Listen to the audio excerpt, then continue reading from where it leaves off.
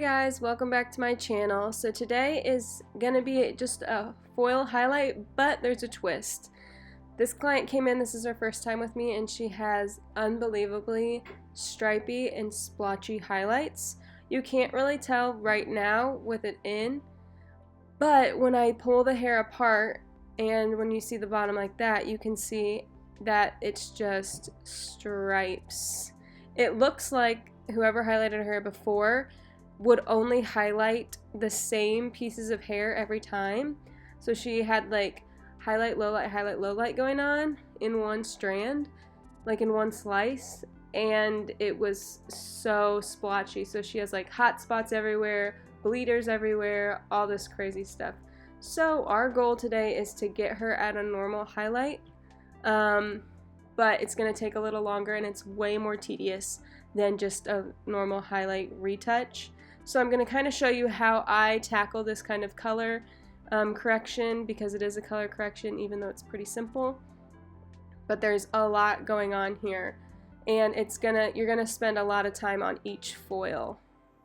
Whereas like if you were just doing a normal highlight, it'd be just retouch and done. But here, as you can see, so she has like an inch of her new growth that you have to highlight, and then she has super blonde highlights. So you have to like try to avoid those. And then she'll have a big patch of like dark, and then there's more highlights, so you have to take those out again, and then the rest of it's dark. So you have to like weave 2 or 3 times per foil, which is wild. But once you get out of this stage, like once this highlight's over, we won't have to do this again, it'll just be a retouch. But let me explain every foil. I have a couple clips of like it's just going to be the same thing over and over again, because it looks the same way up the whole head. But you can just see like how her root has a big thing, and then I have to take it down a little bit, then weave out all the blonde, pull those up, paint down a little bit more, weave out any more blonde that's left, and then paint the rest. So right now I'm weaving out that blonde and pulling it up. There's a little patch of brown there. So pulling it up, now I'm painting this on. And then this one has only brown, so I'm just putting that rest in the foil. This is just 20 volume with Oxycur, 20 volume Oxycur Goldwell lightener. And then I have Redken pH bonder in it too. And then just as you can see, like the stripes each section, as she zooms up here, you can see it even better. And what you're going to want to do is not take those same sections. You're going to want to baby light and weave like you normally would, so that it becomes more uniform. You want to get rid of that same piece highlight look and start blending everything. That's why it's more tedious, because you can't just take the ones that have already been highlighted or the ones that aren't highlighted yet. So you have to like do all this stuff. So yeah, put it on the root, weave out the extra highlights, take more down, pull out more highlights that are down further, and then if there's any brown left, cover those completely in bleach. So yeah, pretty tedious work. Doing her whole head of highlights took about an hour and a half. It usually takes me anywhere between 45 minutes to an hour to do a full head of highlights. So this one took a lot longer. Yeah, so you just keep watching these couple steps. You'll see the same kind of thing over and over again, but you'll see how every foil is different. And then I'll come back on once we start doing something else.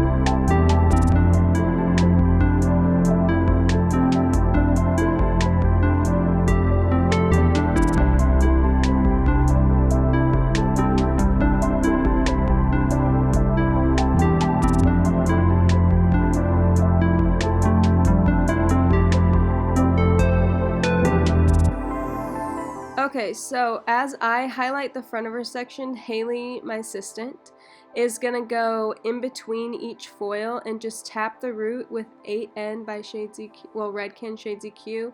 And she's just tapping that on where that highlight line is, because she has a ton of hot spots there where it's just like been in a bleeder or whatever. So we are just going to make this a little bit more blended with that smudge. And she also wants more of a rooted blonde look. She still wants it bright all the way up, but just not as bright as her ends. So she wants to avoid that grow out line. So that root tap will also help us prevent any hot spots showing up after that we didn't put in a foil. And it will help create more of a rooted blonde. So yeah, that's what we're doing. We're going to put that through every foil. A lot of the times I'll do every other or every 3 foils just to like create more of a dimensional look if I'm doing an all over blonde like this. But since she wants more of that rooted look, that's why I'm doing every single one. And because she has those crazy lines at her root. So it's kind of doing 2 different things at the same time. It's creating more of a rooted look and then also covering up those hot spots that aren't in a foil. So yeah, after I'm finishing up, she's going to start doing it, and then she will take out foils once the back's done while I finish up the front. We're tag teaming a ton of stuff right now because there's so many steps for this highlight, because you have to watch it super carefully because her highlights are like platinum white.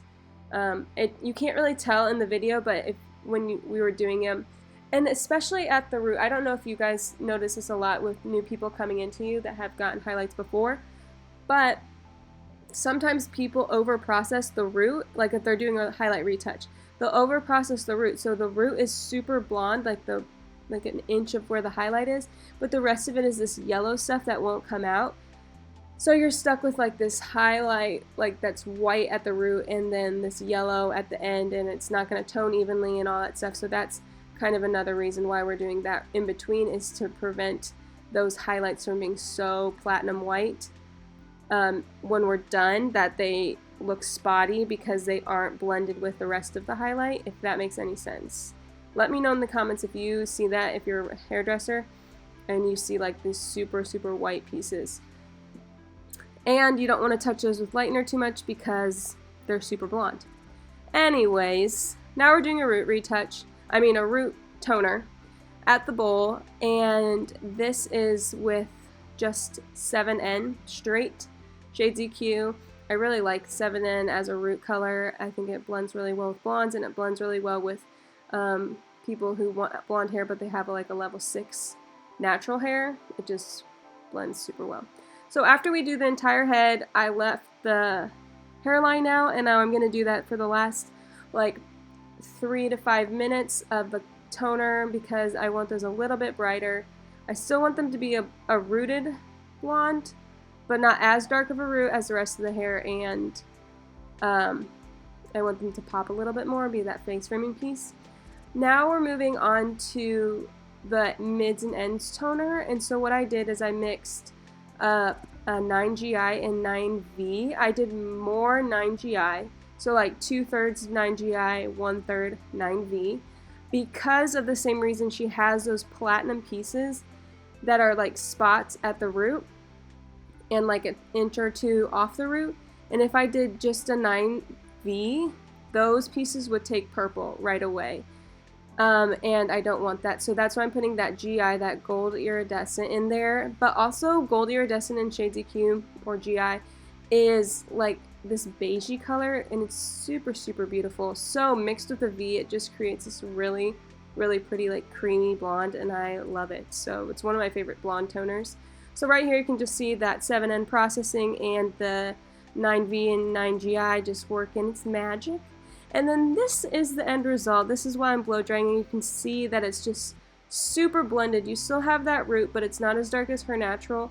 And then the highlights just look super pearly and beautiful, like super blended, no stripes. I was so happy we got rid of all those. It took a long time. This took about 3 hours, but it was worth it. Now she's at a good highlighting spot that we can just do a root retouch super quick next time. So glad we got her to this point. and so glad she is my new client. And now I'm just curling. Everyone asks me how I curl. This is not how I usually curl. This is curled all back, so all the way from the face. I usually do those beachy waves where it's every other, but I was feeling all the way back in these just pretty waves for her hair this time around, so that's what I did, and I really liked it.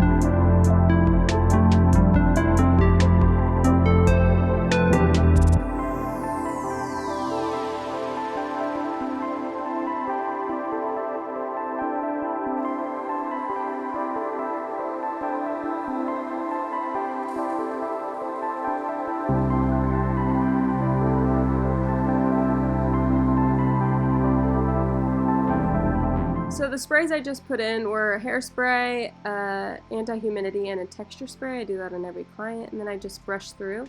And this is the end result. I'm so happy with how it turned out. I'm so glad we got her to this beautiful creamy blonde, just what she wanted. And it's beautiful. Guys, thank you so much for watching. Make sure you follow me on Instagram at Hair by Lexi Dawn, and I will see you in my next video. Bye!